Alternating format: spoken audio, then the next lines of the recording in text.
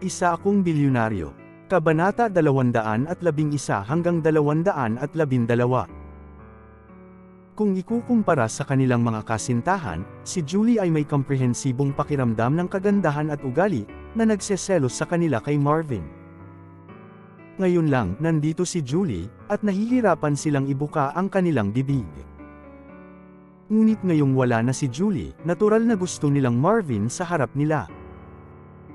Kuya, hindi ko alam kung nasaan ang kapatid ko noong una kitang makilala.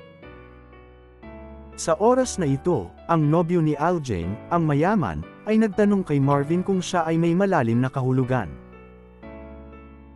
Ngayon lang, kahit ang mga salita ni Troy ay narinig sa kanilang mga tainga, kaya sinabi ng mayaman na lalaki ang mga salitang ito, halatang kinukot siya si Marvin. Naku, kuya, walang kwenta ang pananalita mo ng ganito. Halatang iba sa atin ang kapatid na ito. Huwag na nating budburan ng asin ang sugat na ito. Sa oras na ito, nakangitiling sinabi ni Roy, ngunit sinabi ng kanyang bibig ang mga salitang iyon, nakatingin kay Marvin na may bakas ng kabalintunaan sa kanyang mga mata. Nako, mali pala ang nasabi ko kuya. Tuwid ang bibig ko. Huwag mo ilalagay sa puso mo. Sa oras na ito, ang mayamang lalaki ay tumawa at sinabi, ngunit sa oras na ito, si Amor, na nakaupo sa isang tabi, ay biglang nagsabi. Anong alam mo? Napakayaman nila at kayang bumili ng Lamborghini. Dati, dahil hindi dumating ang Lamborghini, muntik na nilang tanggalin ang general distributor ng Lamborghini Santa Lucia. Ngayon lang, nakita din ni Amor ang dilema ni Julie, at labis siyang nalungkot para kay Julie. Ang lahat ng ito ay dahil kay Marvin. Kaya naman, nang makita ang ganoong sitwasyon, lalo niyang kinasusuklaman si Marvin. Ngayon ay gusto niyang bigyan ng inspirasyon ang mga taong ito na labanan at aibuli si Marvin, upang lubos na maunawaan ni Marvin na hindi magkakaroon ng magandang wakas sina Julie at Marvin. Hanggat kayang sugpuin ng mga taong ito si Marvin, hindi maiangat ni Marvin ang kanyang ulo ng buo at hayaang umatras si Marvin, makakamit ang layunin ni Amor. Sa oras na ito narinig tulad ng mga salita, lahat ng tao ay isang leng sa una, sa wakas direkta kasama ng isang tawa. Oh, Diyos ko, napakalakas ba ni Kuya Marvin? Kahit ang general distributor ng Lamborghini ay kayang magmaneho sa lalong madaling panahon. Nakakamangha talaga. Tama. Nung bumili ako ng kotse, although very polite ang mga tao sa akin, naintindihan ko na sobrang polite sa akin ng mga tao kasi guest ako. As a guest, I had the rule of being a guest. I can't mawala ang ugali ko. Kung may sinabi kang nakakapagpatawa, hindi sapat para magpatawa. Hindi mo alam gaano ba kalalason ang mga bibig ng mga taong ito. Marami akong alam na biro ng mga tao noon mula sa bibig ng manager. Sa oras na ito narinig ang mga salita ng mga taong ito, bahagyang umangat ang ulo ni Marvin, nakatingin sa mga taong ito sa harapan niya. Nang makitang sa wakas ay nagkaroon na ng reaksyon si Marvin, nagkatinginan si Roy at ang mayayaman, na may panunuya sa kanilang mga labi. Sa oras na ito, direktang kinuha ni Roy ang isang susi, tinapik ito sa mesa at sinabi sa madla. To be honest, Lamborghini is really a good car and it's natural for men to like it. I just picked up a luxury car worth 5 million from Lamborghini's head office some time ago, and now it's parked outside. Gusto mo bang magkaroon isang pagsubok tumakbo ng magkasama? Pagkarinig nito, nakatingin si Roy kay Marvin, dapat niyang gamitin ang pamamaraang ito para atakihin si Marvin. Nagyayabang man o nagyayabang si Marvin, dahil sinabi niyang gusto niyang bilhin ang Lamborghini, dapat ay may tiyak na pagmamahal si Marvin para sa Lamborghini. Ngunit si Roy ay nakapaglagay ng isang tunay na Lamborghini sa harap ni Marvin ng direkta. Ito ay upang sabihin kay Shenfei na ang iyong pantasya ay madaling maisa sa katuparan sa aking mga mata. Ang ganitong uri ng puwang na hindi kayang lampasan ng mga tao ay sapat na upang mawala ng pag-asa ang mga tao. Sa oras na iyon, hanggat ang mga tao sa kanilang paligid ay malumanay na nagtutulak, mauunawaan ni Marvin na ang pamumuhay kasama si Julie ay hindi mabubuhay sa buhay na gusto niya. Pagkatapos ay makikita nila ang mga biro ni Julie at Marvin. Sa oras na ito, nang makita nila ang susi na kinuha ni Roy, lahat sila ay napabulalas. Wow, Roy, masyado kang maraming pera. Sino ang makakabili ng 5 milyong Lamborghini? Sa katunayan, hindi nakakagulat na ang mga taong ito ay gumawa ng isang pagsabog ng mga tandang. Bagamat hindi mababa ang halaga ng mga taong ito, hindi madaling gumastos ng 5 milyong dolyar para makabili ng sports car. Sa oras na ito, hinawakan ni Cyrene ang braso ni Roy na may mapagmataas na mukha at sinabi sa karamihan, "Let's go at ipakita sa iyo ang luxury car ng boyfriend ko." Sa pagsasalita tungkol dito, tumingin ng diretso si Cyrene kay Marvin at sinabi sa kanya, "Ano ang problema, bayaw? Huwag kang maupo dito. Hindi ba't iyon ang pinakamamahal sa Lamborghini? May totoong Lamborghini. Hindi mo ba gustong lumapit at hawakan ito?" Nang marinig ito, agad na nagtawanan ang mga tao. Sa oras na ito, napakasaya ng puso ni Cyrene. Siya ay dinurog ni Julie mula pagkabata hanggang sa pagtanda. Kahit saang aspeto, dinurog siya ni Julie. Anuman ang ginawa niya, laging mas mahusay si Julie kaysa sa kanya, kaya nabubuhay si Cyrene sa anino ng hinaharap. Ngunit ngayon ito ay ganap na naiiba. Ang kanyang kasintahan ay nagmamaneho ng 5 milyong Lamborghini, habang ang kasintahan ni Julie ay isang taunan lamang na may allowance sa kahirapan. Pagkatapos ng lahat, para sa mga kababaihan, kung anong uri ng lalaki ang hahanapin ng karaniwang matukoy ang kanilang pananaw sa buong buhay nila. Tanging kung kaninong tao ay makapangyarihan ang maaaring ituring na talagang makapangyarihan. Sa oras na ito, sinundan siya ni Troy, na nakatayo sa isang tabi. Puno ng panunuya ang kanyang mukha at tumingin kay Marvin. Ngayon lang talaga siya sinampal. Ngayong may pagkakataon na siyang makita ang biro ni Marvin, paano niya ito mapapabayaan? Ngunit pagkatapos marinig ang mga salita ng mga taong ito, nakaupo pa rin si Marvin sa kanyang bangkito, at siya ay ganap na hindi napigilan sa kanilang mga boses. Hindi niya marinig ang pinag-uusapan ng mga ito, sunod-sunod na ingay lang ang narinig niya. Sa oras na ito, iniisip ni Marvin si Joanna sa kanyang puso. Inaalala niya lahat ng naranasan niya kay Joanna. Ganoon din noong panahong iyon. Ang isang grupo ng mga tao na katulad ng mga nasa harap nila ay palaging hindi optimistiko tungkol sa kanilang mga damdamin, at kahit na binabalangkas, kino-frame at binugbog sila. Pero pinalalim din nito ang kanilang damdamin. Napaisip si Marvin, ngunit hindi napigilan ng mga luha ang pagpatak. Sa oras na ito, nakita ng mga tao ang pulang mata ni Marvin at umagalpak sa tawa. "Hahaha, sobrang saya ko. Tignan mo tong lalaking to, umiyak lang siya dahil pinagtatawanan natin siya. Lalaki ba to? Kaya lang walang sasakyan.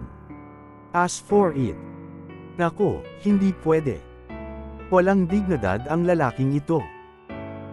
Narinig ni Julie, na nakikipag-usap sa kanyang ina, ang boses na ito at hindi na makatagal pa.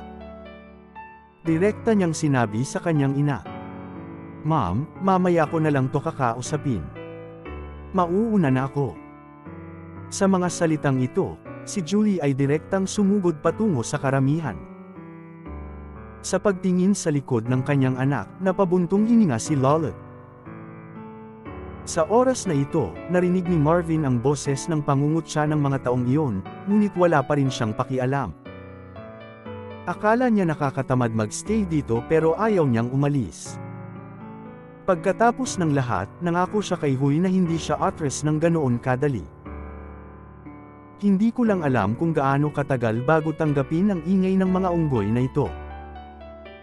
Ngunit sa oras na ito, biglang nakarinig si Marvin ng dagandong na parang leon na nagmumula sa kanyang likuran. "Anong ginagawa mo? Sa oras na ito, bago pa nagkaroon ng oras si Marvin na tumalikod, si Julie ay direktang sumugod, tumayo sa harap ni Marvin, direktang hinaranggan si Marvin at sinabi sa mga taong nasa harapan niya. Anong ginawa mo? Bakit tinatawanan si Marvin? Nang makita ng mga tao ang hitsura ni Julie, mas mapaglaro ang kanilang mga mata. Direkta nilang sinabi kay Julie.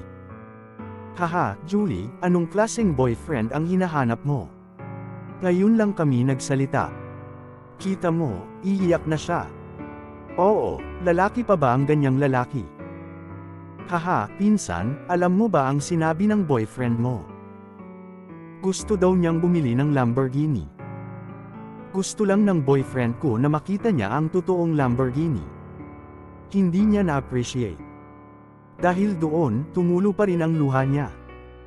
Hindi mo masasabing binubuli namin siya. Sa oras na ito, nang marinig ang mga boses ng mga taong ito, nagdikit ang ngipin ni Julie. Ngayon siya ay labis na nagsisisi. Bakit niya dinala dito si Marvin? Ito ay tulad ng pag-set up ng isang target sa Marvin. Ang mga makamandag na dila ng mga taong ito, tulad ng matatalas na palaso, ay hindi maaaring tumigil sa pagbaril kay Marvin. Sa oras na ito, ang puso ni Julie ay puno ng pagsisisi, at ang kanyang katawan ay patuloy na nanginginig, ngunit ang figure sa harap ni Marvin ay hindi natinag. Dahil dinala niya si Marvin dito, dapat niyang protektahan ng mabuti si Marvin. Sa pagtingin sa figure sa kanyang harapan, si Marvin ay may haplos din sa kanyang puso. Pagtingin niya sa kaharap niya, nagkataon na si Joanna ang nasa isip niya. Malinaw na natatandaan ni Marvin na si Joanna ay pareho sa oras na iyon. Noong inakala ng lahat na ninakaw niya ang $1,000,000, hindi sinisi ni Joanna ang kanyang sarili. Sa halip, nagpahinga siya mula sa paaralan upang magtrabaho. Gusto niyang tulungan ang sarili niyang bayaran ang $1,000,000 na utang. At sa harap ni Julie ay ganoon din. Kahit na si Julie na nakatayo dito ay walang kapantay na mahina. Na parang direktang umihip ang hangin, ngunit ang kanyang mga hakbang ay hindi mapapantayang matatag. Kahit anong uri ng tao si Marvin, determinado siyang palibutan si Marvin. Nang makita ang hitsura ni Julie, biglang nag-alab ang puso ni Marvin ng bakas ng galit. Bakit? Bakit kailangang magdusa nito ang mga taong nakikipag-ugnayan sa kanilang sarili? Dahil ba sa damit mo? Sa mga oras na ito ng bibig ni Marvin na may bakas ng sobrang kabalintunaang ngiti, tiningnan niya ang mga taong ito sa harapan niya, dahan-daang nanliit ang mga mata. Tatayo na sana si Marvin, biglang tumunog ang ring ng kanyang mobile phone. Tuwang-tuwa si Marvin kaya mabilis niyang inilabas ang kanyang mobile phone. Akala niya nahanap na ng tauhan niya ang bakas ni Joanna. Ngunit nang makita ni Marvin ang numero, umiling siya sa pagkabigo, dahil ito ang numero ng serbisyo sa customer ng Lamborghini. Kamusta? Sa oras na ito, napakatahimik na sinabi ni Marvin, ngunit nang marinig ng kabaligtaran ang boses, sinabi niya kay Marvin sa nakakahiyang Chinese. Nako, mahal na Mr. Cruz, naihatid na namin sa iyo ang customized na Lamborghini mula sa aming kumpanya. Paumanhin muli sa iyo. Noong nakaraan, hindi sapat na kwalipikado ang aming tindero. Pinaalis na namin siya. Para ipahayag ang aming paghingi ng tawad. Bibigyan ka namin ng customized na Lamborghini na may halagang $100,000,000. Hindi ko alam kapag may oras ka, pwede kang pumunta sa tindahan namin para kunin ang sasakyan. Siyempre, kung papayagan mo kaming ihatid ito sa iyong pintuan, ayos lang. Nang marinig ang boses na ito, bahagyang kumunat ang noo ni Marvin at sinabi sa lalaki. Di ba $5,000,000 lang ang binayaran ko noon? Paano mo ako natulungan hanggang 100,000,000? Nang marinig ang mga salitang ito, ang taong kaharap ay agad na nagsabi ng magalang. Ito ay dahil sa kasalanan ng aming mga tauhan. Kaya pagkatapos malaman ng aming kumpanya ang iyong pagkakakilanlan, espesyal na inutusan kami ng manager ng kumpanya na gumawa ng kakaibang kotse para sa iyo na may pinakamagagandang materyales. Ito ang paraan namin ng paghingi ng tawad, at sana hindi mo kailangang tumanggi. Naintindihan agad ito ni Marvin. Halata na labis na natakot si Lamborghini matapos malaman ang sinabi ng manager kay Marvin, kaya binigyan nila siya ng malaking regalo, umaasang mapapalitan ni Marvin ang kanyang kumpanya. Kung tutuusin, kung talagang magiging pinuno ng pamilya Cruz si Marvin, sapat na para sa kanila na makagawa ng mas malaking pagkatalo sa Lamborghini sa pamamagitan ng pag-alala sa bagay na ito noong panahong iyon. Kaya itong sasakyan sa harap nila ay isang investment sa Marvin.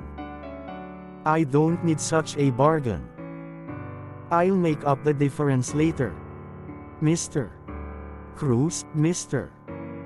Cruz, please accept our kindness. Kung magbabayad ka, natatakot akong hindi ako maging manager. Please help me, please. Narinig ito ni Marvin, ngunit natigilan siya. Hindi niya inaasahan na tutulong siya sa iba kung hindi siya magbabayad balang araw. Well, andito ako ngayon sa Eden Resort. Pwede mo nang i-drive ang kotseng iyan ng diretso.